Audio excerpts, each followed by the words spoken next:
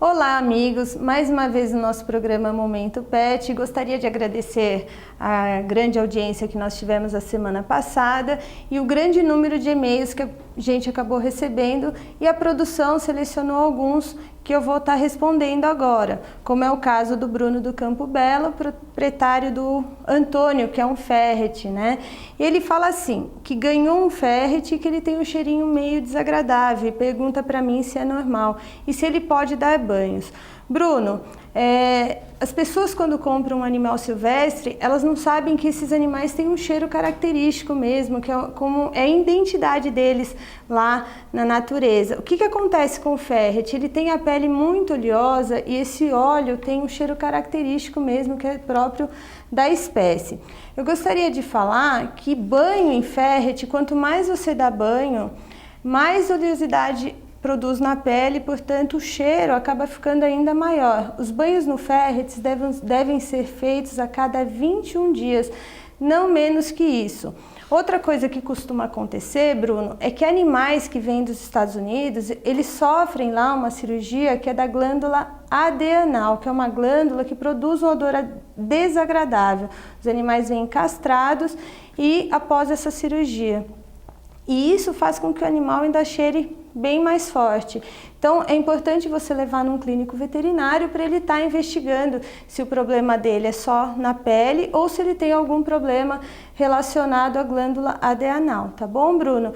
Quero agradecer o seu e-mail, essa pergunta é muito importante. Quando as pessoas comprarem um ferret, é importante eles saberem como é o animal, se ele tem algum cheiro característico, para poder estar dando uma vida legal para o bicho dentro de casa, tá?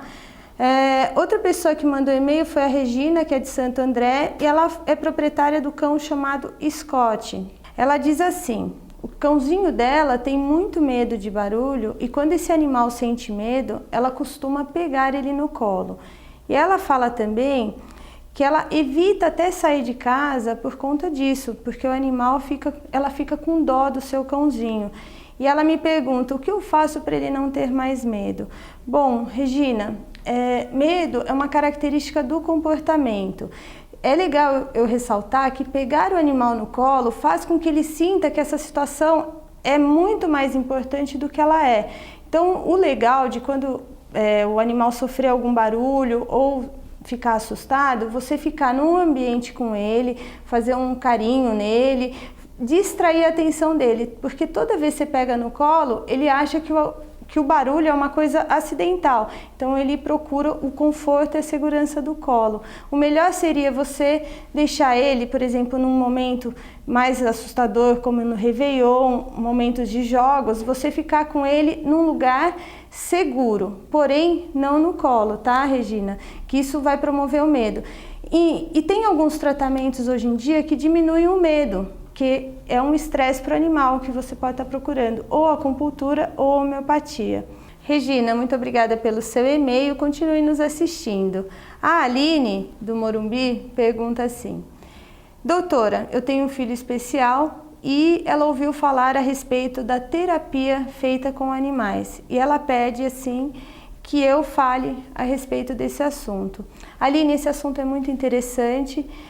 Hoje em dia aqui no Brasil nós temos várias instituições que promovem essa terapia assistida com animais, é o nome dela, e um exemplo disso é a AVAP, ela usa cães da raça Labrador, na terapia com pessoas deficientes, e nesse trabalho deles a gente percebe que as pessoas, os pacientes começam a ficar mais calmos, mais tranquilos, eles aprendem, têm mais interação com o animal, eles aprendem movimentos como a escovação, cuidado, além deles cuidarem desse animal, também promove até o paciente começa a ficar até mais asseado, são os relatos dos trabalhos. Também tem trabalhos com pessoas que têm Alzheimer, que são usadas algumas raças de animais, de cachorros para para ajudá-los na coordenação motora, diminuir a irritabilidade. Um fato interessante é que as pessoas que têm Alzheimer, elas têm problema com agitação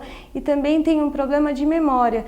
E o que é engraçado é que as pessoas que traziam os animais, que se apresentavam para fazer essa terapia assistida, os pacientes que têm Alzheimer acabam não lembrando o nome da veterinária ou do assistente, mas com certeza lembram o nome do animal devido ao amor, o carinho, o afeto, o quanto eles interagem juntos, né? Tem também um instituto chamado Selma, que promove a equiterapia, que é uma terapia assistida com cavalos para pessoas que têm problemas locomotores, tá? Então, eu acho importante você estar procurando sobre o assunto, né? E para você estar envolvendo seu filho com um animal adequado para ele em alguma instituição brasileira. Outra telespectadora foi a dona Zulmira do Paraíso e ela pergunta sobre a sua cadelinha Farrusca. Ela fala assim, que ela pegou essa cachorrinha na rua, abandonada, e que ela tem aproximadamente 6 meses e ela, segundo a veterinária, propôs uma castração. E ela pergunta se está certo ou errado fazer a castração antes do primeiro cio. Bom, Zulmira, essa pergunta é muito importante. O veterinário já indicou a castração justamente porque ele já deve ter feito durante a consulta algumas perguntas. É interessante saber se a senhora quer ou não reproduzir a farrusca dentro de casa, porque se você vai ter um animal a vida toda, né, que vai viver entre 14, 15 até 16 anos, e ela vai passar a vida toda reprodutiva e inativa, é melhor que você castre sim, porque senão ela vai ficar entrando no cio. Tem algumas doenças que são evitadas se ela for castrada antes do cio, como tumores de mama, inflamação de útero, tumores de ovário e de glândulas mamárias. Então, se você não vai reproduzir esse animal, eu indico sim também a castração, mas vale você perguntar para o veterinário quais os prós e os contras da cirurgia. Eu sei que a senhora tem dó, a gente também tem, mas ela vai passar a vida inteira depois sem ter problema algum nessa área do sistema reprodutivo, tá bom? Obrigada, Zulmira, pela sua pergunta. E o Rafael, de Itapecerica da Serra, pergunta: doutora, eu gostaria de escolher um cãozinho e comprar um. Quais as dicas que a doutora pode me dar para que eu não faça uma má escolha? Bom, Rafael, em primeiro lugar, tem algumas perguntas que eu tenho que te fazer, como se todas as pessoas da casa também querem esse animal, se é só você. É sempre bom ter um bom relacionamento de todas as pessoas com a acepção do animal. Então, se você for escolher uma raça, você tem que ver se você quer uma raça pequena, uma raça grande, se você tem espaço para ter esse animal em casa, se você tem tempo para gastar com ele, porque muitas pessoas acabam comprando ou pegando um animal de estimação e trabalham o dia inteiro, e isso cria problemas ao ter cuidados com o animal, não tem com quem leve periodicamente ao médico veterinário. E outra coisa que a gente tem que salientar é que se você tem condições, né, de fazer alguns tratamentos, porque os animais dão custo, como ração, vacinas e outros cuidados. É sempre importante também não escolher a raça pela moda. Então, o que costuma acontecer, passa um filme com dálmatas, todas as crianças querem um dálmata e você acaba comprando uma raça sem saber como é essa raça, e aí cria frustração, tanto com o dono quanto com o animal.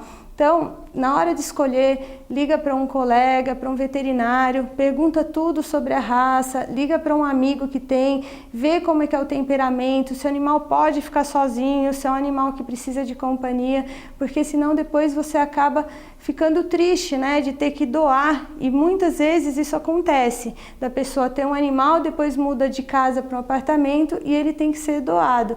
Então, Rafael, é bom pesquisar direitinho e ver se as condições são boas para você ter um animal em casa, tá? Obrigada por sua pergunta, é muito interessante. E agora eu vou falar da Monique, do Cambuci, que pergunta da sua cadelinha Naná.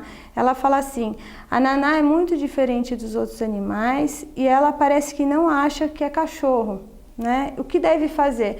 Bom, Monique, os animais devem ser criados com um intuito social. Então, quando você compra um cachorro ou um gato, eles têm que se acostumar com outros animais até da mesma espécie. Então, se você tem um cachorrinho, passando a parte da vacinação, o ciclo todo, você começa a levar em parques, ter contato com outros animais, para que quando chegue na hora de ter esse contato, ele não se ache um estranho no ninho, porque o que acontece? A gente traz o animal para dentro de casa, ele não vê outro bicho, ele começa a achar que a gente faz parte da matilha dele. Muitas vezes tem pessoas no consultório que falam assim para mim: nossa, ela acha que é gente. Não, o cachorro pede identidade, o certo é o cachorro conviver com os outros animais da espécie dele, tá bom?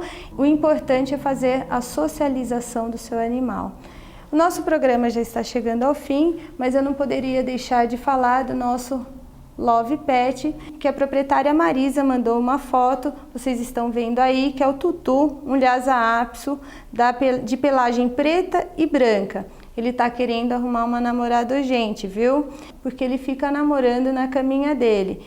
Quem tiver interessado, mande e-mail para o momentopet@hotmail.com.